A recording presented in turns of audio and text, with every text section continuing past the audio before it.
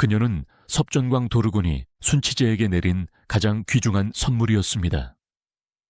하지만 동시에 그녀는 희생양이기도 했습니다.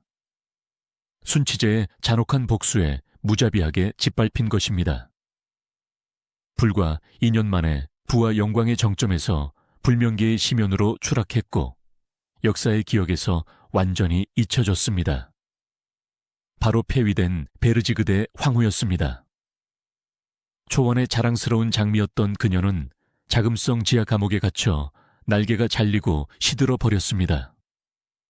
이 여인은 무슨 대죄를 지었을까요? 아니면 그녀의 유일한 죄는 단지 잘못된 시기에 태어난 것뿐 있을까요? 거친 말발굽 소리가 대지를 울리고 짙은 풀 냄새가 코끝을 자극하는 몽골의 코르친 초원. 이곳이 바로 그녀의 세상이었습니다. 17세기 초반 코르친 부족은 몽골의 여러 부족 중에서도 가장 강력하고 부유한 부족이었습니다. 그들은 청나라를 건국한 만주족 아이싱이오로 가문과 때려야 뗄 수 없는 혈맹 관계였습니다. 만주족은 용맹했지만 인구가 적었고 드넓은 중국 대륙을 삼키기 위해서는 몽골 철기병의 도움이 절실했습니다. 그래서 청나라 황제들은 대대로 코르친의 여인들을 아내로 맞이했습니다. 이런 배경 속에서 우리의 주인공 훗날의 폐후 보르지기트 씨가 태어났습니다. 그녀의 아버지는 코르친의 친왕인 오극선이었습니다. 오극선이 누구냐고요?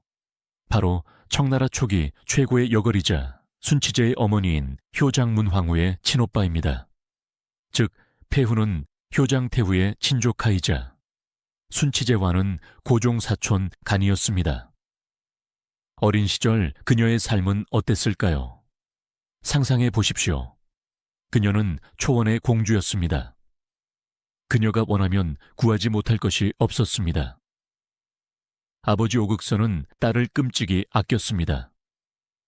그녀는 드넓은 초원을 말을 타고 달리며 자유를 만끽했고 텐트 안에서는 최고급 양고기와 젖을 먹으며 자랐습니다. 그녀의 옷에는 금실이 수놓아져 있었고 머리 장식은 붉은 산호와 진주로 가득했습니다. 몽골 귀족의 딸들은 당당했습니다. 만주족이나 한족 여성들처럼 집 안에 갇혀 바느질만 하는 존재가 아니었습니다. 그녀들은 목소리가 컸고 자신의 의견을 거침없이 말했으며 남자들과 대등하게 술을 마시고 사냥을 즐겼습니다. 우리의 주인공 역시 마찬가지였습니다. 그녀는 자신이 세상의 중심이라 믿었습니다. 나는 칭기즈칸의 후예다.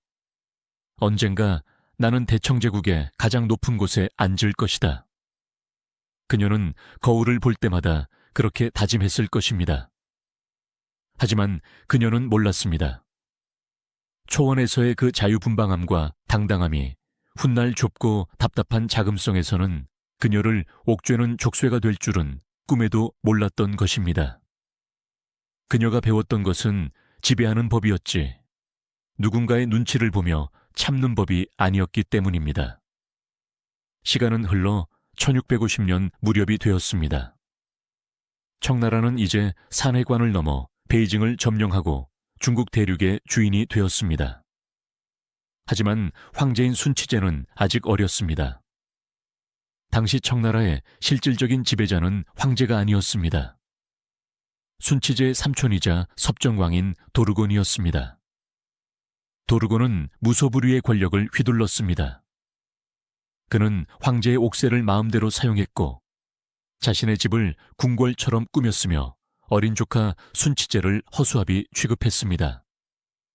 순치제에게 도르곤은 공포 그 자체이자 뼈에 사무치는 증오의 대상이었습니다.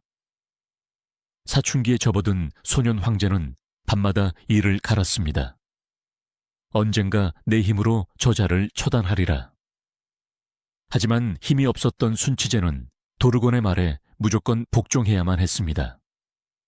바로 이 시점에 도르곤이 순치제의 결혼을 추진합니다. 도르곤의 계산은 철저했습니다. 황제의 아내는 반드시 우리와 피로 맺어진 몽골 코르친 부족이어야 한다. 그래야 내 권력 기반도 탄탄해진다. 도르고는 직접 신부감을 골랐습니다. 바로 자신의 정치적 파트너인 오극선의 딸, 몽골의 그 당당한 공주였습니다. 여기서 비극의 씨앗이 뿌려집니다. 순치제에게 이 결혼은 축복이 아니었습니다. 도르곤이 강제로 채운 정략 결혼의 족쇄였습니다. 황제는 신부의 얼굴을 보기도 전에 그녀를 미워하기 시작했습니다. 그녀가 예쁜지 성격이 좋은지는 중요하지 않았습니다. 그녀는 도르곤이 보낸 스파이자 도르곤 세력의 연장선으로 보였기 때문입니다. 반면 몽골에 있던 공주는 부푼 꿈을 안고 있었습니다. 그녀는 자신이 고모의 뒤를 이어 황후가 되어 가문의 영광을 드높일 것이라 믿어 의심치 않았습니다. 아버지 오극선은 딸에게 말했을 것입니다. 너는 대청의 국모가 될 것이다. 가서 코르친의 위엄을 보여주거라. 1651년 도르곤이 사냥터에서 갑작스럽게 사망합니다. 순치제는 드디어 도르곤의 그늘에서 벗어나 친정을 시작합니다. 하지만 결혼 약속은 이미 정해져 있었고 국가 간의 약속이었기에 되돌릴 수 없었습니다. 도르곤은 죽었지만 그가 남긴 약속인 황후는 베이징으로 오고 있었습니다. 순치제는 죽은 도르곤에 대한 분노를 사귀지 못한 채 억지로 혼례를 준비해야 했습니다. 신랑의 마음속에는 사랑 대신 증오와 반발심이 이글거리고 있었습니다. 1651년 가을, 베이징 자금성은 붉은 비단과 금빛 장식으로 뒤덮였습니다. 황제의 대원이 열리는 날이었습니다. 수천 명의 사절단이 호위하는 가운데 몽골 초원에서 온 신부의 가마가 자금성의 오문을 통과했습니다. 그녀가 가져온 혼수는 어마어마했습니다. 수백 마리의 말과 양, 상제 가득 담긴 보석과 가죽들. 그것은 코르친 부족이 청나라 황실에 보내는 충성심의 표현이자 새 황후의 위세를 과시하는 것이었습니다. 하지만 황궁의 분위기는 묘하게 차가웠습니다. 기록에 따르면 순치제는 혼례식 내내 굳은 표정을 풀지 않았다고 합니다.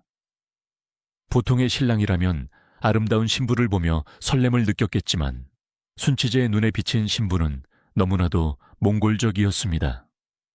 그녀는 화려했습니다. 너무나 화려했습니다. 그녀는 몽골 전통에 따라 짙은 화장을 하고 온몸을 금과 옥으로 치장했습니다.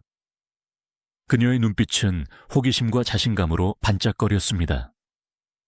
남편을 수줍게 바라보는 한족 여인들의 다소곳함과는 거리가 멀었습니다. 순치제는 당시 한족 문화에 깊이 심취해 있었습니다. 그는 유교 경전을 읽으며 검소함과 절제를 군주의 덕목으로 여기고 있었습니다. 그런 황제에게 온몸을 명품으로 휘감고 나타난 아내는 처음부터 비호감이었습니다. 첫날 밤 합한주를 나누는 자리에서도 대화는 겉돌았을 것입니다. 황제가 묻습니다. 먼 길 오느라 고생했소. 황후가 대답합니다. 초원의 딸에게 이 정도 여정은 산책에 불과합니다, 폐하. 제가 가져온 저 금잔을 보십시오. 우리 코르친 장인들이 폐하를 위해 만든 것입니다. 그녀는 자랑스러워서 한 말이었겠지만 순치제에게는 그것이 거슬렸습니다. 또 코르친 이야기군. 도르곤이 맺어준 인연. 지긋지긋하다. 그날 밤 황제는 황후의 처소에 머물렀지만 그의 마음은 굳게 닫혀 있었습니다. 반면 황후는 남편의 차가움을 단순히 피곤함이나 수줍음 정도로 여겼을지도 모릅니다. 그녀는 자신이 얼마나 매력적인지, 자신의 가문이 얼마나 대단한지 알았기에 시간이 지나면 남편도 자신을 사랑하게 될 것이라 자신했습니다. 이것이 비극의 시작이었습니다. 서로 다른 언어를 가진 두 영혼이 가장 내밀해야 할 공간에서 만났지만 소통하지 못한 채 첫 단추를 잘못 끼운 것입니다. 결혼 생활이 시작되자마자 갈등은 수면 위로 떠올랐습니다. 가장 유명한 일화는 바로 금그릇 사건입니다. 앞서 말씀드렸다시피 황후는 트렌드세터였습니다. 그녀는 아름다운 것을 사랑했습니다. 식사를 할 때도 평범한 도자기 그릇은 거들떠보지 않았습니다. 반드시 금이나 은으로 만든 식기여야만 밥을 먹었다고 전해집니다. 내가 누구인가? 대청의 황후이자 코르친의 공주다. 어찌 천한 것들이 쓰는 그릇에 밥을 담는가? 그녀에게 이것은 사치가 아니라 품위 유지였습니다. 어릴 때부터 그렇게 자랐으니까요. 하지만 순치제는 이를 놓치지 않았습니다. 그는 신하들 앞에서 대놓고 황후를 비판하기 시작했습니다.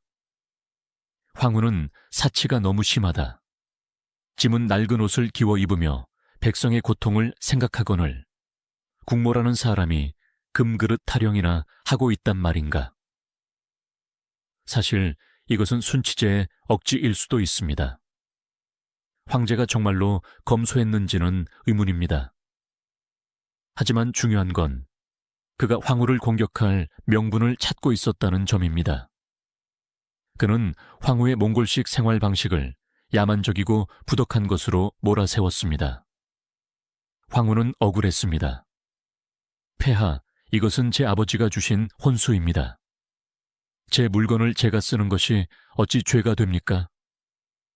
그녀는 순치제에게 따져 물었습니다. 몽골 여성 특유의 직설적인 화법으로 말이죠. 그리고 폐하께서는 어찌하여 제 처소에는 오지 않으시고 신분 낮은 한족 후궁들의 처소만 찾으십니까? 이 말은 불에 기름을 부은 격이었습니다. 황제의 자존심을 건드린 것입니다.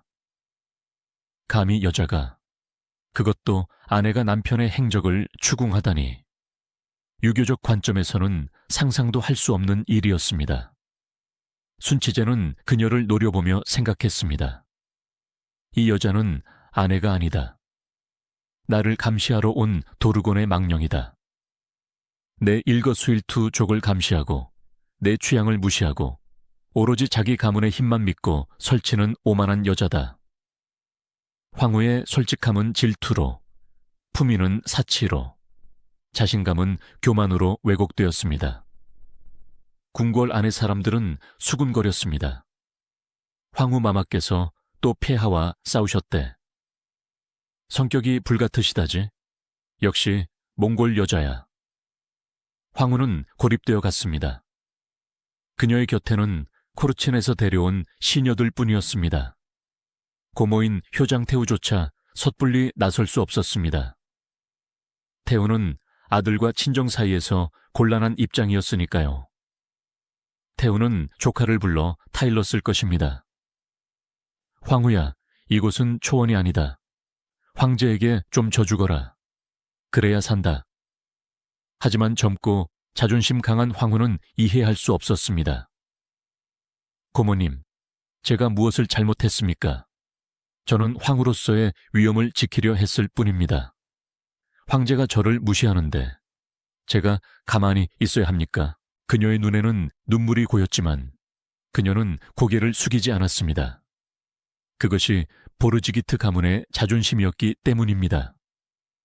하지만 그 자존심이 그녀를 벼랑 끝으로 몰고 가고 있다는 것을 그때는 아무도 말해주지 않았습니다. 자금성의 밤은 깊고 황후의 침소인 곤영궁은 정막에 휩싸여 있습니다. 황후는 잠들지 못합니다. 오늘 밤도 황제는 오지 않았기 때문입니다. 역사 기록인 청사구에는 황후에 대해 이렇게 묘사하고 있습니다. 투기가 심했다. 즉, 질투가 매우 심했다는 것입니다. 당시 순치제는 비록 황후를 싫어했지만 혈기왕성한 젊은 황제였습니다.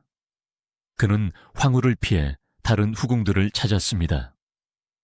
특히 순치제는 만주족이나 몽골 출신 여인들보다는 섬세하고 부드러운 한족 출신 후궁들에게 마음을 주곤 했습니다. 이 사실은 자존심 강한 몽골 공주인 황후에게는 참을 수 없는 모욕이었습니다. 상상해 보십시오. 그녀는 몽골 최고의 가문, 코르친 부족의 공주입니다. 그녀의 피에는 지배자의 DNA가 흐르고 있습니다. 그런데 천한 한족 출신들이 혹은 가문도 변변치 않은 후궁들이 자신의 남편을 홀리고 있다고 생각하니 피가 거꾸로 솟았을 것입니다. 그녀는 참지 않았습니다. 황후는 후궁들을 감시했습니다. 황제가 어느 후궁의 처소에 들어갔는지, 누구에게 미소를 지었는지 낱낱이 보고받았습니다.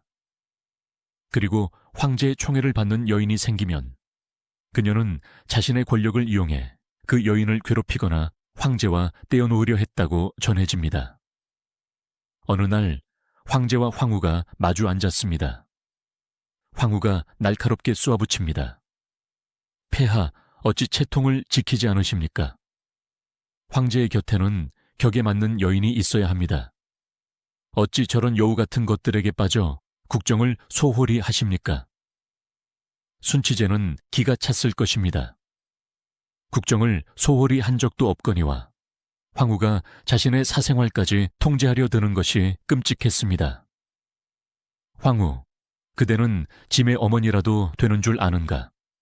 아니면 아직도 도르곤 섭정왕 시절인 줄 아는가? 짐은 황제다. 내가 누구를 사랑하든 그것은 내 마음이다. 황후의 질투는 사실 불안감의 다른 이름이었을지도 모릅니다.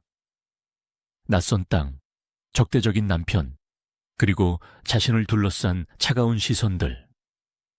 그녀가 믿을 수 있는 것은 오로지 황후라는 타이틀과 가문의 위세뿐이었습니다. 남편의 사랑을 얻지 못한다면 적어도 황후로서의 권위라도 지켜야 한다고 생각했을 것입니다. 그래서 그녀는 더욱더 독해졌고 더욱더 깐깐하게 굴었습니다. 하지만 그럴수록 황제는 그녀를 악처로 낙인 찍고 마음의 문을 완전히 닫아버렸습니다. 사랑을 갈구하는 방식이 서툴렀던 10대 소녀의 비극적인 몸부림이었습니다. 결혼한 지 1년이 채 되지 않아 사실상 두 사람은 별거 상태에 들어갔습니다. 황제는 곤영궁의 발길을 끊었습니다. 공식적인 행사나 제례가 아니면 황후의 얼굴조차 보려 하지 않았습니다. 이 시기 황후의 삶은 어땠을까요?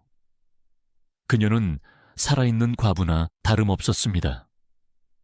겉으로는 화려한 의복을 입고 아랫사람들의 문안 인사를 받았지만 돌아서면 뼈저린 외로움이 기다리고 있었습니다. 그녀는 금그릇에 담긴 밥을 먹으며 무슨 생각을 했을까요? 아마도 고향의 초원을 그리워했을 것입니다. 코르친에서는 내가 웃으면 모두가 따라 웃었다. 내가 말을 달리면 바람이 나를 방해주었다. 그런데 이곳 자금성은 숨이 막힌다. 아무도 내 진심을 봐주지 않는다. 그녀는 때때로 거울을 보며 자신의 아름다움을 확인했을 것입니다. 젊고 생기 넘치는 얼굴, 화려한 장식. 하지만 그 아름다움을 봐줄 단 한 사람, 남편은 없었습니다. 이 고립감은 그녀의 성격을 더욱 날카롭게 만들었습니다.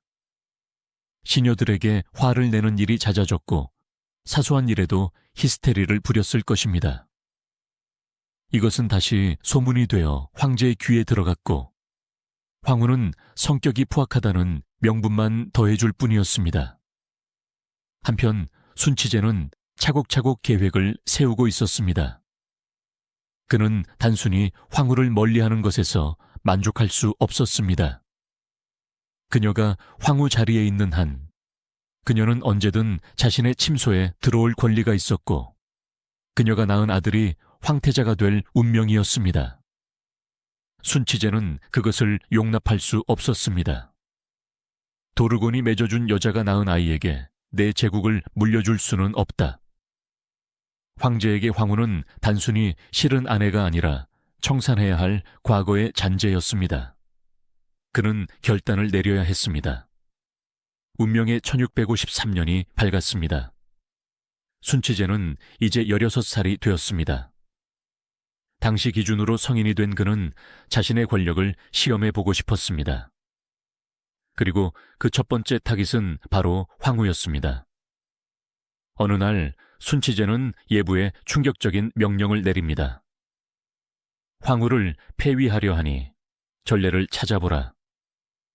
조정은 발칵 뒤집혔습니다. 마치 마른 하늘에 날벼락이 떨어진 것과 같았습니다. 신하들은 귀를 의심했습니다. 황후를 폐위한다니요. 그것도 덕이 부족하다는 애매한 이유로.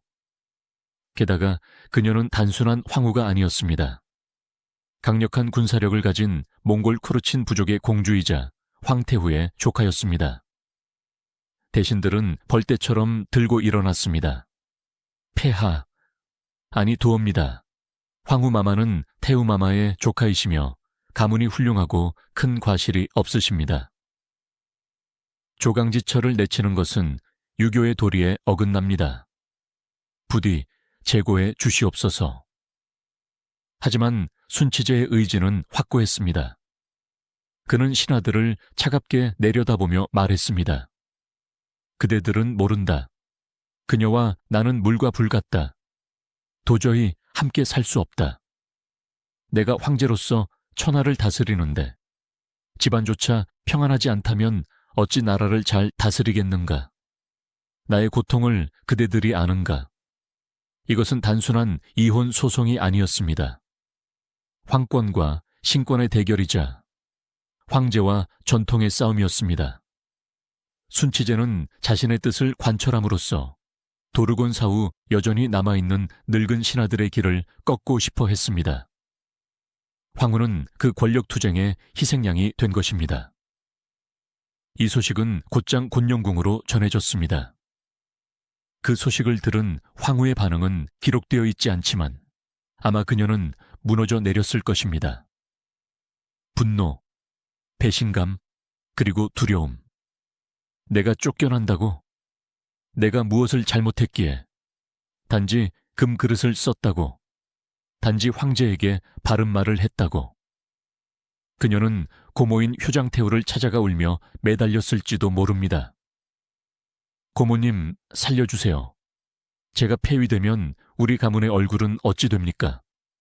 제가 쫓겨나면 저는 어디로 가야 합니까? 효장태후 역시 곤란했습니다.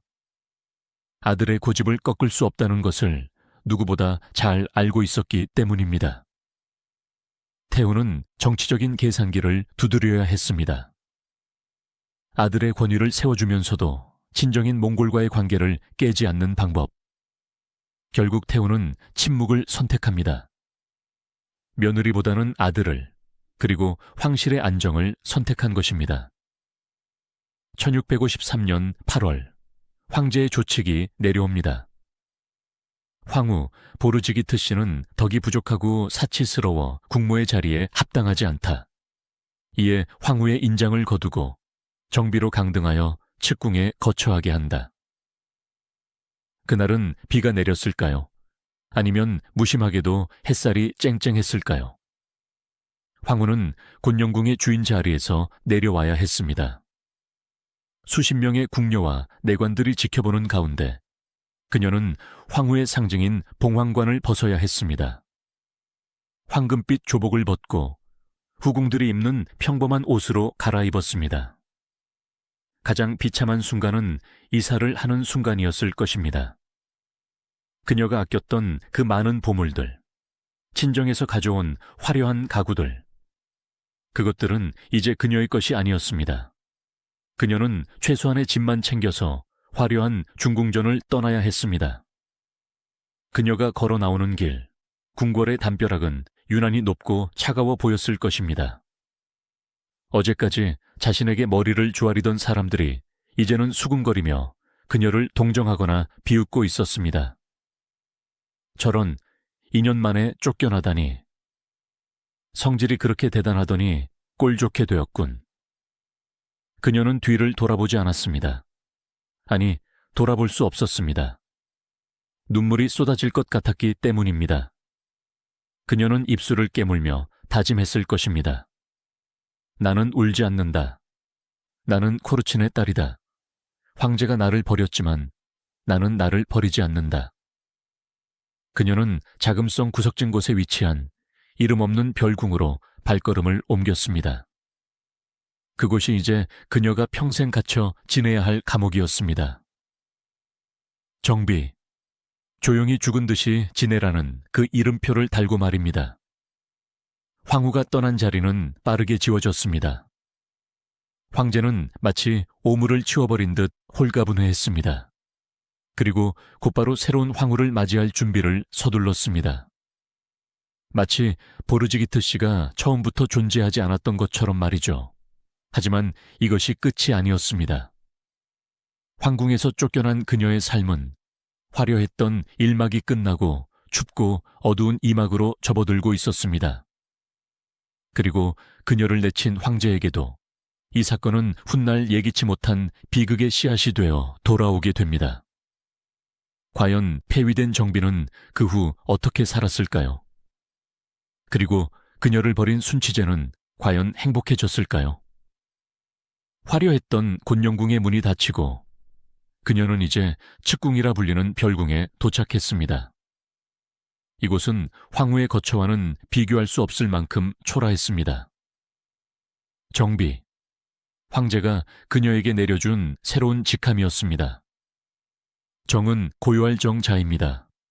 언뜻 보면 좋은 뜻 같지만 활달하고 당당했던 몽골 공주인 그녀에게 이 이름은 입 다물고 쥐 죽은 듯이 살아라라는 황제의 저주와도 같았습니다. 이때부터 그녀의 삶은 180도 바뀌었습니다. 그녀가 그토록 사랑했던 금그릇은 사라졌습니다. 식탁 위에는 투박한 도자기 그릇에 담긴 식은 밥과 몇 가지 채소 반찬만이 올라왔을 것입니다. 그녀를 꾸며주던 수십 명의 시녀들도 대부분 떠나고 최소한의 인원만이 남아 그녀를 지켰습니다. 하지만 그들조차 그녀를 존경해서 남은 것이 아니라 죄인을 감시하는 간수처럼 그녀의 일거수일투족을 감시했을 것입니다. 가장 견디기 힘든 것은 몸 열감이었습니다. 어제까지만 해도 그녀에게 천세를 외치며 머리를 조아리던 후궁들이 이제는 그녀를 비웃거나 동정 어린 시선으로 바라보았습니다. 가끔 궁궐뜰에서 마주치기라도 하면 예전에는 그녀 앞에서 숨도 크게 못 쉬던 낮은 신분의 귀인들이 이제는 콧노래를 부르며 그녀를 스쳐 지나갔습니다. 들었어. 저 여자가 바로 그 쫓겨난 황후래. 쯧쯧 몽골 친왕의 딸이라더니 꼴이 말이 아니네. 그녀는 귀를 막고 싶었을 것입니다. 방 안에 틀어박혀 이불을 뒤집어 쓰고 소리 없는 비명을 질렀을지도 모릅니다. 나는 죄인이 아니다. 나는 황제의 아내였다. 나를 이렇게 대우해서는 안 된다. 하지만 아무리 외쳐도 대답 없는 메아리만 돌아올 뿐 황제는 단 한 번도 그녀를 찾지 않았습니다. 그녀는 철저히 투명 인간 취급을 당했습니다. 폐후가 겪은 고통 중 가장 잔인한 것은 바로 자신의 자리가 가족에 의해 대체되는 것을 지켜보는 일이었습니다. 1654년 폐후가 쫓겨난 지 1년도 차에 되지 않아 자금성에는 또다시 경사가 났습니다. 새로운 황후가 책봉된 것입니다. 새 황후는 누구였을까요? 놀랍게도 그녀 역시 몽골 쿠르친 부족의 보르지기트 씨였습니다. 심지어 폐후의 조카벌 되는 친척이었습니다. 훗날의 효의 장황후입니다. 이 상황이 폐후에게 얼마나 큰 충격이었을지 상상해 보십시오. 그녀는 황제에게 버림받았을 때 적어도 친정인 쿠르친 부족과 고모인 효장태후가 자신의 편이 되어주리라 믿었을 것입니다. 우리 가문을 모욕했으니 아버지가 가만히 있지 않을 거야. 하지만 현실은 냉혹했습니다. 효장태후와 쿠르친 부족은 실패한 카드를 미련 없이 버리고 새로운 카드를 내밀었습니다. 가문에게 중요했던 것은 누가 황후가 되느냐가 아니라 우리 가문 사람이 황후 자리에 앉아 있느냐 하는 권력 유지뿐이었습니다. 폐후는 측궁의 창문 틈으로 1년 전 자신이 들어왔던 그 길을 똑같이 지나가는 화려한 가마 행렬을 보았을 것입니다. 북소리가 둥둥 울리고 피리 소리가 요란한 가운데 앳된 얼굴에 새 황후가 들어옵니다. 그 모습은 1년 전 자신의 모습과 너무나도 닮아 있었습니다. 그녀는 깨달았을 것입니다. 아, 나는 대체 가능한 부품이었구나. 내 존재 자체는 아무런 의미가 없었구나. 자신을 그토록 아꼈던 아버지조차 권력 앞에서는 딸의 눈물보다 가문의 이익을 택했다는 사실. 이 뼈아픈 배신감은 황제에 대한 원망보다 더 깊게 그녀의 가슴을 찔렀을 것입니다. 새로운 황후는 폐후와는 성격이 달랐습니다. 그녀는 어수룩할 정도로 순하고 둔했습니다. 황제가 무시해도 화를 내지 않았고 질투도 하지 않았습니다. 사람들은 그녀를 나무토막 같다고 비웃었지만 역설적으로 그녀는 그 둔감함 덕분에 폐위되지 않고 자리를 지킬 수 있었습니다. 폐후는 그런 새 황후를 보며 비소를 날렸을지도 모릅니다. 그래, 멍청한 인형처럼 굴어야 살아남는 곳이구나. 똑똑하고 감정이 있는 인간은 살 수 없는 곳. 그곳이 바로 자금성이구나. 하지만 정비의 비극은 여기서 끝나지 않았습니다. 그녀를 진정으로 비참하게 만든 것은 새 황후가 아니라 1656년에 나타난 한 여인 때문이었습니다. 바로 중국 역사상 손꼽히는 신데렐라, 동학비의 등장입니다. 동학비는 만주 정백기 출신으로 18세의 나이에 입궁했습니다. 그녀는 절세미인이었을 뿐만 아니라 시와 서예에 능통하고 한족 문화에 대한 이해가 깊었습니다. 순치제가 꿈꾸던 완벽한 소울메이트가 나타난 것입니다. 순치제는 동학비에게 미쳐버렸습니다. 그는 동학비를 만난 후 마치 다른 사람이 된 것 같았습니다. 정비에게는 그토록 차갑고 매정했던 황제가 동학비 앞에서는 세상에서 가장 다정하고 로맨틱한 남자가 되었습니다. 별궁에 갇힌 정비에게도 소문은 들려왔습니다. 폐하께서 동학비 마마를 위해 시를 지으셨대.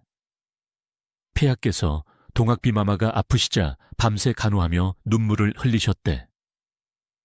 입궁한 지 한 달 만에 황귀비로 초고속 승진을 시켰대. 정비는 혼란스러웠을 것입니다.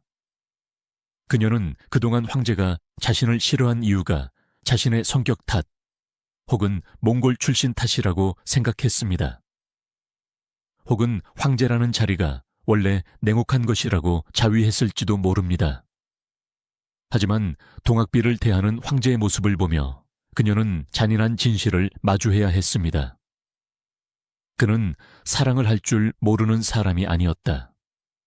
단지 나를 사랑하지 않았을 뿐이다.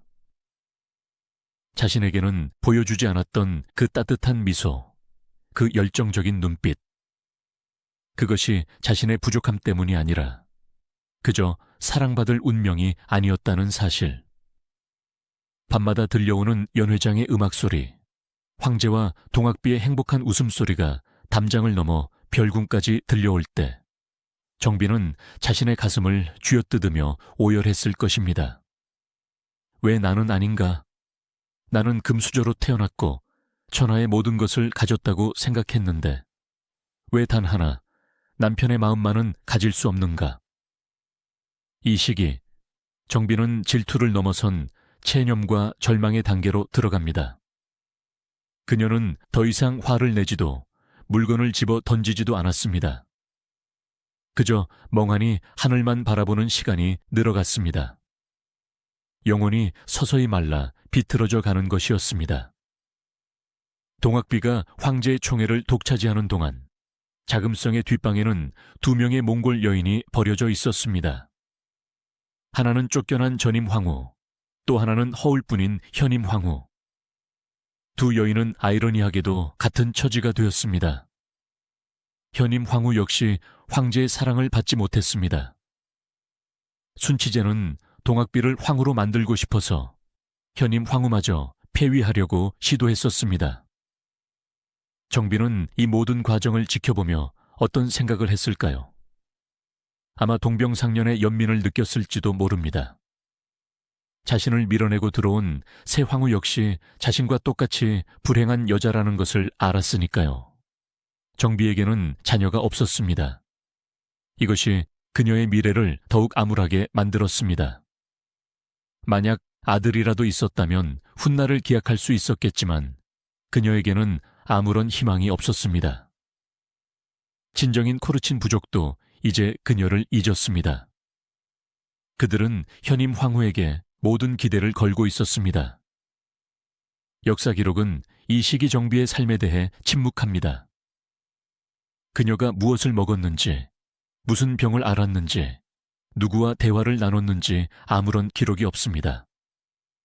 그것은 그녀가 철저히 잊혀졌음을 의미합니다. 살아있으나 죽은 자와 다름없는 존재. 계절이 바뀌고 꽃이 피고 지는 것을 창살 너머로 바라보며 그녀는 몽골의 노래를 흥얼거렸을지도 모릅니다. 바람아, 불어라. 나의 눈물을 싣고 저 먼 초원으로 데려가 다오. 이곳 황금 감옥에는 내 영혼을 뉘일 곳이 없구나. 그녀의 젊음은 차가운 별궁에서 속절없이 시들어갔습니다. 화려했던 보르지기트의 공주는 이제 이름 없는 궁녀보다 못한 처지로 전락해버린 것입니다. 하지만 운명은 참으로 얄궂습니다. 영원할 것 같았던 순치제와 동학비의 사랑에도 검은 그림자가 드리우기 시작합니다. 그리고 그 비극은 잊혀진 여인, 정비에게도 마지막 파장을 일으키게 됩니다. 시간은 흘러 1650년대 후반, 자금성은 황제와 동학비의 사랑으로 가득 차 있었습니다. 순치제는 동학비를 위해 전례 없는 파격적인 대우를 해주었습니다. 황후가 버젓이 살아있음에도 불구하고 동학비는 사실상 황후와 다름없는 권세를 누렸습니다. 하지만 빛이 강할수록 그림자는 짙어지는 법입니다. 화려한 연회가 열리는 건청궁에서 멀지 않은 곳, 정비가 갇혀있는 측궁은 마치 시간이 멈춘 듯 고요했습니다. 이 시기, 정비의 심정은 체념 속의 관조였을 것입니다. 초기에는 분노하고 질투하며 벽을 긁었겠지만 몇 년의 유폐 생활은 그녀의 모난 성격을 깎아내고 대신 그 자리에 깊은 우울과 허물을 채웠을 것입니다. 그녀는 담장 너머로 들려오는 소식들을 듣습니다. 동학비가 아들을 낳았다는 소식, 온 나라가 축제 분위기이고 황제는 그 아이를 짐의 첫 번째 아들이라 부르며 황태자로 삼으려 한다는 소식. 정비는 씁쓸하게 웃었을 것입니다. 내게는 눈길 한번 주지 않더니 저 여자의 아들은 태어나자마자 황제가 되려 하는구나. 하지만 운명의 수레바퀴는 잔인하게 돌아갔습니다. 동학비가 낳은 그 귀한 아들은 태어난 지 석 달 만에 요절하고 맙니다. 자금성의 환호성은 비명으로 바뀌었습니다. 황제는 미친 듯이 슬퍼했고 동학비는 시름시름 앓기 시작했습니다. 정비는 이 비극을 어떻게 바라보았을까요? 인간적인 도리로는 슬퍼해야 마땅하지만 억울하게 쫓겨난 여인의 마음 깊은 곳에서는 어두운 감정이 꿈틀거렸을지도 모릅니다. 이것이 인과응보인가? 조강지처를 버리고 얻은 행복은 오래가지 못하는 법이다. 하지만 동시에 그녀는 느꼈을 것입니다. 황궁이라는 곳은 누구에게나, 심지어 황제의 사랑을 받는 여인에게조차 지옥이 될 수 있다는 사실을요. 1660년 8월, 자금성의 거대한 비극이 닥칩니다. 황제의 영혼과도 같았던 여인, 동학비가 21살의 꽃다운 나이로 세상을 떠났습니다. 아들을 잃은 슬픔과 산후조리 잘못으로 몸이 약해진 탓이었습니다. 순치제는 이성을 잃었습니다. 기록에 따르면 황제는 며칠 동안 식음을 전폐하고 시신 앞에서 통곡했다고 합니다. 심지어 자신도 따라 죽겠다며 자살 소동을 벌이기도 했고 머리를 깎고 스님이 되겠다고 고집을 피웠습니다. 황제는 죽은 동학비를 효헌황후로 추서했습니다. 살아있는 황후가 있는데도 죽은 후궁을 황후로 올린 것입니다. 이는 살아있는 사람들에 대한 모독이나 다름없었습니다. 하지만 미쳐버린 황제에게 예법이나 체면 따위는 중요하지 않았습니다. 이 혼란스러운 상황을 지켜보는 폐후의 마음은 어땠을까요? 그녀는 측궁의 창가에 앉아 온통 하얀색 상복으로 뒤덮인 궁궐을 바라보았을 것입니다. 그녀를 그토록 차갑게 내쳤던 그 냉혹한 황제가 한 여자의 죽음 앞에서 어린아이처럼 무너져 내리는 모습을 보며 그녀는 기묘한 기분을 느꼈을 것입니다. 저 남자는 나를 미워한 것이 아니라 그저 사랑에 미친 사람이었구나. 황제가 동학비의 장례를 국장 수준으로 치르며 막대한 재물을 쏟아붓고 동학비를 모시던 시녀와 내관들까지 순장시키려 한다는 소문이 들려왔습니다. 폐후는 안도했을지도 모릅니다. 만약 내가 저 자리에 계속 있었다면, 내가 황후로서 저 광기를 감당해야 했다면 나는 살아남을 수 있었을까? 오히려 폐위되어 잊혀진 존재가 된 것이 이 피비린내, 나는 광풍 속에서 목숨을 부지하는 유일한 길이 되었음을 그녀는 깨달았을 것입니다. 화복은 서로 의지한다는 옛말처럼 그녀의 불행이 역설적으로 그녀의 방패가 된 셈입니다. 동학비가 죽은 후 자금성은 초상집 분위기였습니다. 황제는 정사를 돌보지 않았고 매일 불경을 외우거나 멍하니 하늘만 바라보았습니다. 그의 눈에는 생기가 사라졌습니다. 폐후는 간간히 들려오는 황제의 소식을 들으며 한때 자신의 남편이었던 남자의 몰락을 지켜보았습니다. 그녀를 쫓아낼 때의 그 섯을 펄었던 기세, 그 오만했던 젊은 황제는 더 이상 없었습니다. 그저 사랑을 잃고 병든 한 남자만이 남아있을 뿐이었습니다. 어쩌면 폐후는 그를 용서했을지도 모릅니다. 아니, 용서라기보다는 무상함을 느꼈을 것입니다. 금그릇이 다 무엇이고 황후의 자리가 다 무엇인가. 천하를 가진 황제조차 사랑하는 여인 하나 지키지 못하고 저렇게 무너지는 것을. 그녀의 질투도 원망도 분노도 이 거대한 죽음의 그림자 앞에서는 허무한 티끌처럼 흩어져 버렸습니다. 그녀는 자신의 초라한 밥상 앞에서 기도를 올렸을지도 모릅니다. 고향의 몽골 신들에게 혹은 부처님에게 차라리 저 사람을 데려가소서, 저 고통을 끝내주소서. 그녀에게 남은 것은 이제 기다림뿐이었습니다. 황제의 생명이 얼마 남지 않았음을 본능적으로 직감했기 때문입니다. 동학비가 죽은 지 불과 4개월 후인 1661년 1월, 불길한 징조가 현실이 되었습니다. 순치제가 쓰러졌습니다. 병명은 당시로서는 사형 선고나 다름없는 천연두였습니다. 심신이 극도로 쇠약해져 있던 황제는 병마를 이겨낼 힘이 없었습니다. 고열에 시달리며 헛소리를 하는 황제의 침전에는 긴장감이 감돌았습니다. 후계자를 정해야 했기 때문입니다. 이 긴박한 순간에도 폐후는 철저히 배제되었습니다. 그녀는 문병조차 갈 수 없었습니다. 하지만 그녀는 알았을 것입니다. 끝이 왔다는 것을. 자신의 인생을 송두리째 망가뜨린 남자, 자신에게 씻을 수 없는 모욕을 준 남자, 그러나 한때는 자신의 하늘이었던 남자가 죽어가고 있다는 것을. 그녀의 마음속에 마지막으로 떠오른 감정은 무엇이었을까요? 통쾌함이었을까요? 연민이었을까요? 아니면 씁쓸한 회한이었을까요? 아마도 그녀는 조용히 눈물을 흘렸을 것입니다. 그것은 황제를 위한 눈물이 아니라 그와 얽혀버린 자신의 기구한 청춘에 대한 애도였을 것입니다. 다음 생이 있다면 우리는 절대로 만나지 말자. 너는 너의 사랑을 찾아가고 나는 나의 초원에서 자유롭게 살아가리라. 1661년 2월 5일, 순치제는 24살의 짧은 생을 마감합니다. 그가 남긴 유죄는 놀랍게도 자신에 대한 반성이 담겨 있었습니다. 내가 부덕하여 효도를 다하지 못하고 동학비를 지나치게 총애하여. 하지만 그 긴 반성문 어디에도 자신이 쫓아낸 첫 번째 황후에 대한 사과는 없었습니다.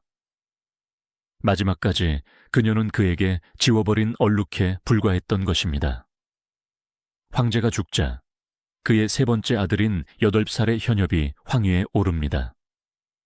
그가 바로 청나라 최고의 성군으로 칭송받는 강희제입니다.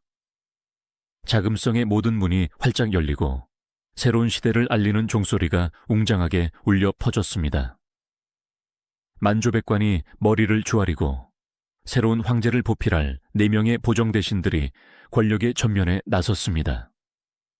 하지만 그 환호와 축제의 소음은 자금성 구석진 곳, 정비가 머무는 측궁의 담장을 넘지 못했습니다. 정비에게 강희제의 등극은 어떤 의미였을까요? 강희제는 그녀가 그토록 미워했던 순치제의 아들이지만 동시에 그녀와는 피가 섞이지 않은 남이었습니다. 강희제의 생모는 동학비도 황후도 아닌 또 다른 후궁이었습니다. 어린 황제 강희제에게 폐후 보르지기트 씨는 낯설고 불편한 존재였을 것입니다. 그녀는 족보상으로는 아버지의 첫 번째 아내이니 어머니뻘이 되지만 폐위되어 후궁으로 강등되었기에 황태후로 모실 수도 없는 노릇이었습니다. 조정의 신하들에게도 그녀는 처리하기 곤란한 짐이었습니다.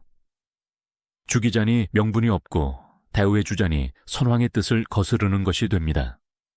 결국 모두가 선택한 방법은 하나였습니다. 철저하게 무시하는 것. 새로운 조정은 그녀에 대해 어떤 논의도 하지 않았습니다. 그녀의 생활비가 줄어들든 그녀가 아프든 아무도 신경 쓰지 않았습니다. 세상은 빠르게 변해갔지만 정비의 시간만은 1653년 폐위되던 그날에 멈춰버린 것입니다. 여기서 참으로 아이러니한 운명의 장난을 봅니다. 그녀를 쫓아낸 남편 순치제는 24살에 요절했습니다. 그녀의 자리를 차지하고 남편의 사랑을 독차지했던 동학비는 21살에 요절했습니다. 하지만 황궁에서 가장 불행하다고 여겨졌던 폐후, 정비는 살아남았습니다. 건강한 육체, 몽골 초원의 강인한 생명력을 물려받은 그녀는 병치레도 없이 질긴 목숨을 이어갔습니다. 하지만 이것이 과연 축복일까요? 그녀는 매일 아침 눈을 뜨며 생각했을지도 모릅니다. 나를 미워하던 사람들은 다 흙으로 돌아갔는데 왜 나만 홀로 남아 이 차가운 벽을 마주해야 하는가? 승리한 줄 알았던 그들도 결국 빈손으로 갔고 패배한 나도 빈손이다. 도대체 무엇을 위해 우리는 그토록 미워하고 싸웠던가? 그녀의 생존은 승리가 아니라 형벌처럼 느껴졌을 수 있습니다. 사랑하는 사람도 없고 지켜야 할 자식도 없고 기대할 미래도 없는 삶. 그저 숨이 붙어 있어 살아가는 하루하루. 그것은 죽음보다 더 깊은 고독이었을 것입니다. 아마도 그녀는 동학비의 무덤 쪽을 바라보며 묘한 감정을 느꼈을 것입니다. 죽어서라도 황제의 곁에 묻힌 동학비가 부러웠을까요? 아니면 짧게 살다 간 그녀가 불쌍했을까요? 분명한 것은 화려하게 불타오르다 재가 되어버린 그들과 달리 정비는 젖은 장작처럼 연기만 내뿜으며 서서히 아주 천천히 타들어가고 있었다는 점입니다. 우리가 잊지 말아야 할 또 한 명의 인물이 있습니다. 바로 정비의 고모이자 당시 황실의 최고 어른인 태황태후입니다. 효장태후는 강희제를 도와 청나라를 반석 위에 올린 걸출한 여걸입니다. 그녀는 지혜롭고 냉철했습니다. 그렇다면 그녀는 왜 자신의 친족하인 정비를 챙기지 않았을까요? 기록에 따르면 효장태후가 정비를 특별히 돌봐주었다는 흔적은 없습니다. 이것은 효장태후의 냉혹한 정치 철학을 보여줍니다. 태후에게 있어서 가문은 중요했지만 실패한 말은 중요하지 않았습니다. 이미 폐위된 조카를 감싸고 도는 것은 어린 황제의 권위에 흠집을 내는 일이었습니다. 선왕의 결정을 부정하는 꼴이 되니까요. 어쩌면 두 사람은 궁궐 안에서 마주쳤을지도 모릅니다. 정비가 고모에게 눈물로 호소했을 수도 있습니다. 고모님, 제가 너무 외롭습니다. 고향으로 돌아가게 해주세요. 하지만 태왕태후는 단호했을 것입니다. 너는 대청의 황실에 들어왔다. 죽어서 귀신이 되어도 이곳 귀신이 되어야 한다. 그것이 내 운명이다. 견뎌라. 정비는 고모를 원망했을까요? 아마 처음에는 원망했겠지만 나중에는 이해했을지도 모릅니다. 황궁이라는 곳이 원래 피도 눈물도 없는 곳이라는 것을 뼈저리게 배웠으니까요. 가장 가까운 혈육에게조차 위로받지 못하는 현실. 그것이 폐후가 감당해야 할 무게였습니다. 강희 연가는 청나라의 전성기였습니다. 영토는 넓어지고 문화는 꽃피웠으며 백성들의 삶은 안정되었습니다. 하지만 역사책은 이 화려한 시대의 그늘에 있던 정비에 대해 침묵합니다. 그녀가 언제 죽었는지 정확한 사망 날짜조차 기록에 없습니다. 일부 야사에서는 그녀가 다시 몽골로 돌아갔다는 낭만적인 이야기를 만들어내기도 합니다. 아버지가 몰래 사람을 보내 그녀를 빼돌려 초원으로 데려갔다더라. 그녀는 뱃속의 순치제의 아이를 임신한 채 궁을 탈출했다더라. 하지만 이것은 후대 사람들이 그녀를 불쌍히 여겨 지어낸 이야기일 가능성이 높습니다. 엄격한 청나라 궁중 법도상 폐위된 비빈이 살아서 궁을 나가는 것은 불가능에 가깝습니다. 그녀는 아마도 낡고 추운 측궁에서 늙은 시녀 한두 명의 수발을 받으며 조용히 늙어갔을 것입니다. 그녀의 방에는 무엇이 있었을까요? 젊은 시절 집착했던 금그릇은 이미 사라지고 없었을 것입니다.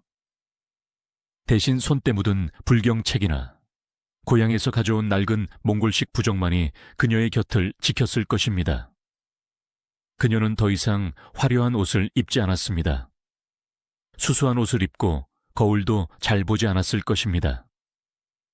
거울 속에 비친 늙고 지친 여인이 한때 천하를 호령할 뻔했던 몽골의 공주라는 사실을 인정하기 싫었을 테니까요. 세월은 무심하게 흘러 그녀의 존재는 사람들의 기억 속에서 완전히 잊혔습니다. 새로 입궁한 어린 궁녀들은 저 구석방에 사는 할머니가 누구인지조차 몰랐을 것입니다. 저기 사는 분은 누구세요? 쉿, 몰라. 아주 옛날에 높으신 분이었다는데 미쳤다는 소문도 있고. 그녀는 그렇게 살아있는 유령이 되어갔습니다. 비록 그녀는 잊혀졌지만 그녀가 남긴 나비 효과는 청나라 황실에 교훈을 남겼습니다. 그녀의 폐위 사건 이후 청나라 황실은 황후를 간택할 때 가문보다는 덕행을 더 중요하게 보게 되었습니다. 순치제가 덕이 없다는 이유로 황후를 폐위한 선례가 너무나 강력했기 때문에 이후의 황제들은 외척 세력이 너무 강하거나 성격이 드센 여인을 황후로 맞이하는 것을 꺼리게 되었습니다. 또한 몽골과의 통혼 관계도 미묘하게 변했습니다. 초기에는 황후를 무조건 몽골에서 데려왔지만 강희제 이후부터는 만주족 내부에서 황후를 맞이하는 경우가 더 많아졌습니다. 역설적이게도 너무나 몽골적이었던 정비의 실패가 청나라 황실의 만주화를 가속화시킨 계기가 된 것입니다. 그녀는 실패했지만 그녀의 실패는 역사의 물줄기를 아주 조금 다른 방향으로 틀어놓았습니다. 비록 그녀 자신은 그것을 알지 못했겠지만 말입니다. 강희제의 치세가 무르익어가던 어느 날 자금성에는 또다시 눈이 내립니다. 궁궐 밖 세상은 태평성대라 칭송받으며 활기가 넘쳤지만 정비가 머무는 측궁의 시간은 늪처럼 고여 있었습니다. 그녀의 나이는 이제 30대를 넘어 40대를 향해 가고 있었을까요? 정확한 나이조차 가늠하기 어렵습니다. 기록이 끊겼기 때문입니다. 하지만 우리는 상상할 수 있습니다. 한때 몽골 초원을 호령하던 생기 넘치던 소녀가 좁은 방 안에서 어떻게 시들어갔는지를. 그녀의 일상은 지독하게 단조로웠을 것입니다. 아침에 일어나 빛바랜 벽지를 바라보고 맛없는 식사를 하고 창밖으로 네모난 하늘을 올려다보는 것이 전부였습니다. 그녀를 찾아오는 사람은 아무도 없었습니다. 가끔 늙은 내관이 생필품을 던져주듯 놓고 가는 것이 유일한 외부와의 소통이었습니다. 마마, 겨울 오십니다. 그녀는 점차 말수를 잃어갔을 것입니다. 말을 걸 사람이 없으니 목소리를 낼 필요도 없었겠죠. 그녀의 목소리는 마음속에서만 맴돌았습니다. 아버지, 어머니, 코르친의 바람 냄새가 그립습니다. 말이 달리는 소리가 듣고 싶습니다. 그녀는 어쩌면 정신을 놓았을지도 모릅니다. 벽을 보고 혼잣말을 하거나 허공을 향해 웃음을 터뜨렸을지도 모릅니다. 궁녀들 사이에서는 측궁에 미친 여자가 산다는 괴담이 돌았을 수도 있습니다. 하지만 그 누구도 그 미친 여자가 한때 천하의 국모였던 사람이라는 사실을 입 밖으로 내지 않았습니다. 그것은 금기였으니까요. 정비의 최후에 대해서는 정사인조차 침묵합니다. 이것은 매우 이례적이고 잔인한 일입니다. 아무리 폐위된 황후라 해도 황실의 일원이었고 몽골 귀족의 딸이었습니다. 보통은 몇 년 몇 월 며칠에 병으로 죽었다라는 한 줄의 기록이라도 남기 마련입니다. 하지만 그녀에게는 그 한 줄조차 허락되지 않았습니다. 이것이 무엇을 의미할까요? 청나라 황실이 그녀를 완전히 지워버리고 싶어 했다는 뜻입니다. 그녀의 존재 자체가 황실의 수치이자 순치제의 오점이었기 때문입니다. 역사학자들은 그녀가 강이 연간 어느 시점에 사망했을 것이라고 추측만 할 뿐입니다. 그녀가 죽었을 때 국상은 선포되지 않았습니다. 종소리도 울리지 않았습니다. 그녀의 시신은 황후의 예는커녕 일반 후궁의 예조차 제대로 받지 못했을 가능성이 큽니다. 화려한 봉황관 대신 허름한 수의를 입고 황금관이 아닌 얇은 나무관에 뉘어졌을 그녀. 그녀의 장례식에는 곡을 해줄 자식도 눈물 흘려줄 남편도 없었습니다. 어쩌면 몇 명의 내관들이 서둘러 시신을 수습하여 궁 밖으로 내보냈을지도 모릅니다. 마치 처리하기 곤란한 짐짝처럼 말입니다. 역사의 기록이 너무나 비정하기에 민간에서는 그녀에 대한 안타까운 전설이 만들어졌습니다. 바로 폐후가 몽골로 돌아갔다는 이야기입니다. 일부 야사인 의 일부 기록이나 당시 몽골 측의 구전 설화에 따르면 그녀가 폐위된 후 아버지 오극선이 격분하여 딸을 데리고 몽골로 돌아갔다는 설이 있습니다. 내 딸이 황후 자리에서 쫓겨난 것도 억울한데 감옥 같은 곳에 가둬둘 수는 없다. 아버지가 황실에 항의하여 딸을 코르친 초원으로 데려왔고 그녀는 고향에서 다시 말을 타며 남은 생을 편안하게 살았다는 그런 해피엔딩을 사람들은 꿈꾸었습니다. 심지어 그녀가 고향에 돌아가 다른 사람과 재혼하여 아이를 낳고 잘 살았다는 이야기도 있습니다. 하지만 역사학자들은 이것이 사실일 가능성이 매우 낮다고 봅니다. 청나라 황실의 법도는 엄격했습니다. 궁에 들어온 여자는 죽어서야 나갈 수 있다는 것이 철칙이었습니다. 특히 폐위된 황후가 고향으로 돌아가 재혼을 한다는 것은 황실의 체면을 짓밟는 일이기에 강희제가나 효장태후가 허락했을 리 만무합니다. 아마도 이 전설은 그녀를 불쌍히 여긴 후대 사람들이 만들어낸 위로의 선물이 아니었을까요? 차가운 자금성 바닥에서 쓸쓸히 죽어간 그녀에게 이야기 속에서나마 고향의 따뜻한 바람을 느끼게 해주고 싶었던 대중들의 연민이 만들어낸 슬픈 거짓말일 것입니다. 현실로 돌아와 냉정하게 추론해 본다면 그녀의 마지막은 불교식으로 화장되었을 가능성이 높습니다. 당시 만주족과 몽골족은 화장 풍습이 남아 있었습니다. 특히 순치제 시대에는 불교의 영향으로 화장이 유행했습니다. 그녀의 유해는 황릉에 묻히지 못했습니다. 순치제의 무덤인 효릉에는 그가 사랑했던 동학비와 두 번째 황후였던 효해 장황후가 나란히 묻혀 있습니다. 하지만 첫 번째 아내였던 폐후의 자리는 그곳에 없습니다. 그녀의 죄는 어디에 뿌려졌을까요? 자금성 뒤편의 경산 어딘가일까요? 아니면 이름 없는 내관들의 무덤가일까요? 죽어서도 남편 곁에 눕지 못하고 조상들이 있는 몽골의 흙으로도 돌아가지 못한 영혼. 그녀는 살아서도 이방인이었고 죽어서도 갈 곳 없는 무덤 없는 영혼이 되었습니다. 그녀가 떠난 뒤 측궁의 방을 정리하던 궁녀들은 무엇을 발견했을까요? 아마도 아무것도 없었을 것입니다. 그녀가 그토록 아꼈던 금그릇도 화려한 장신구도 이미 다 빼앗기거나 팔아버린 뒤였을 테니까요. 어쩌면 바닥 틈새에 끼어있는 낡은 빛 하나, 혹은 벽에 희미하게 새겨진 글자 하나가 있었을지도 모릅니다. 원 혹은 몽. 그녀의 삶은 마치 한바탕 꿈과 같았습니다. 몽골 초원의 공주로 태어나 천하의 국모가 되었으나 순식간에 죄인이 되어 잊혀진 여인. 그녀의 인생 그래프는 가장 높은 곳에서 가장 낮은 곳으로 수직 낙하했습니다. 우리는 그녀를 질투의 화신이나 사치스러운 황후로 기억해야 할까요? 아니면 권력이라는 거대한 기계 부품 속에 끼어 부서져 버린 가련한 희생양으로 기억해야 할까요? 이제 모든 이야기가 끝났습니다. 역사는 그녀를 지웠지만 우리는 오늘 그녀의 이야기를 다시 꺼내어 먼지를 털어내 보았습니다. 마지막으로 300년이 지난 지금 이 비극적인 여인의 삶이 현대 우리에게 던지는 메시지는 무엇인지 정리해 볼 시간입니다.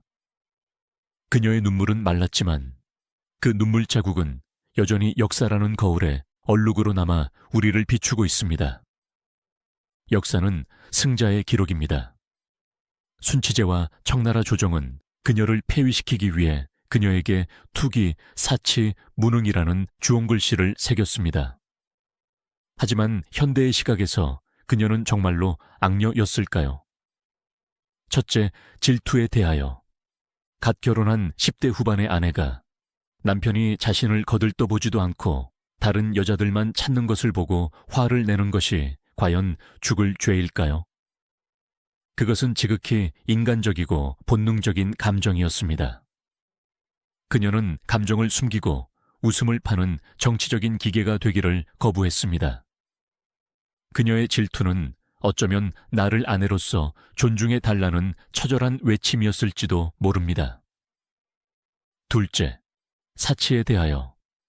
그녀는 몽골 최고 귀족의 딸로 태어나 평생을 풍요롭게 살았습니다. 금그릇을 쓰고 화려한 옷을 입는 것은 그녀에게 사치가 아니라 당연한 생활 방식이자 자존감의 표현이었습니다. 순치제는 자신이 검소하다는 것을 과시하기 위해 아내의 습관을 공격했지만 사실 순치제 자신도 훗날 사랑하는 동학비를 위해서는 국고를 탕진할 만큼 막대한 재물을 쏟아부었습니다. 결국 사치는 핑계였을 뿐 진짜 이유는 사랑하지 않음이었습니다. 그녀의 비극은 그녀가 나빠서가 아니라 서로 너무나 다른 두 사람이 만난 것에서 시작되었습니다. 섬세하고 우울하며 한족 문화를 동경했던 남편, 솔직하고 당당하며 몽골의 야성을 간직했던 아내. 두 사람은 마치 물과 기름 같았습니다. 만약 그녀가 평범한 몽골 귀족 남성과 결혼했다면 그녀는 평생 사랑받으며 호탕하게 살았을 것입니다. 그녀의 죄는 단 하나, 황후라는 맞지 않는 옷을 입은 죄였습니다. 역사에 만약은 없다지만 우리는 그녀를 위해 슬픈 상상을 해보지 않을 수 없습니다. 만약 그녀가 조금만 더 참고 인내했다면 어땠을까요?